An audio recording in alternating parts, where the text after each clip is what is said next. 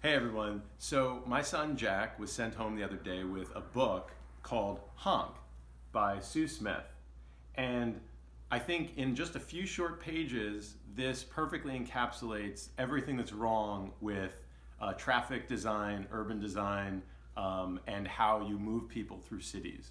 So I just want to go through this book one page at a time and give a little bit of my thoughts on it. So it starts off with a fire truck, and the subtext here is a huge traffic jam causes big problems. Honk, honk, honk. Will the fire engine get through? So the premise of this story is an emergency vehicle trying to get to a fire to presumably save people's lives. Okay, let's begin. And here you see the fire engine immediately is trying to get through and honking. So honk. Okay, let's keep going. So then the bus honks at the truck. Right off the bat, we understand that the bus is embedded with all the other traffic. This is a very common problem. You don't mix mass transit with private cars. Bogota, Colombia did this really well. They just segregated the bus lanes and they moved quickly. So already you have a problem. Mass transit is stuck behind everybody else. The next is this very friendly looking rhino. The truck honks at the taxi. This guy does not look like a friendly guy. He looks like he's a box truck driver who probably just killed a cyclist and didn't even know. The taxi driver here is an Uber who is taking his fare somewhere, who probably should be taking mass transit and the great bus system, but because nobody can move, he's taking a private car. The taxi honks at the car. Okay, I don't know why this private car is in a city, dense urban environment.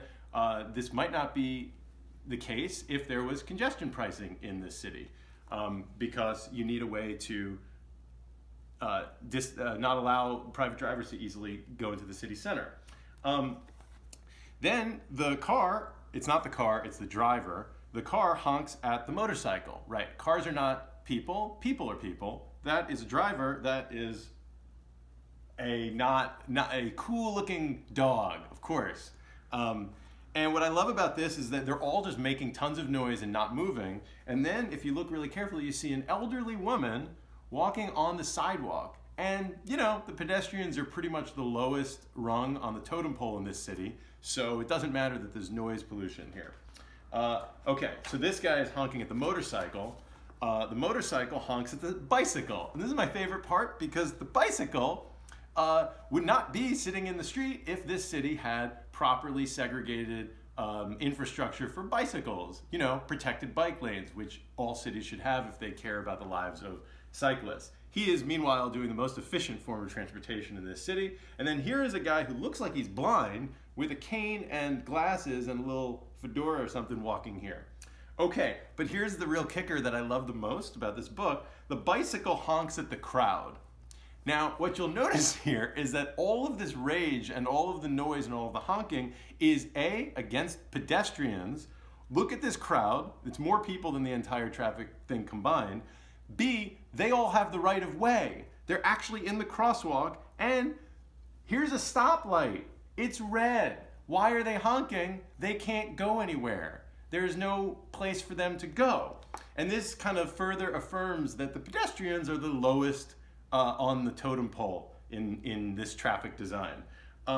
What I also dislike about this is it pits cyclists against pedestrians who are actually on the same side, and they should be fighting versus all of the car infrastructure for public space, for pedestrianization and for cyclists.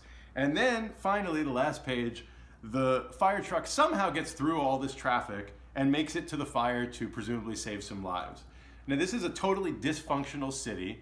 What they could do in this city is pass congestion pricing, build proper infrastructure for bicycles, pedestrianize urban spaces like this that are really dense, that have no business having vehicular traffic going through.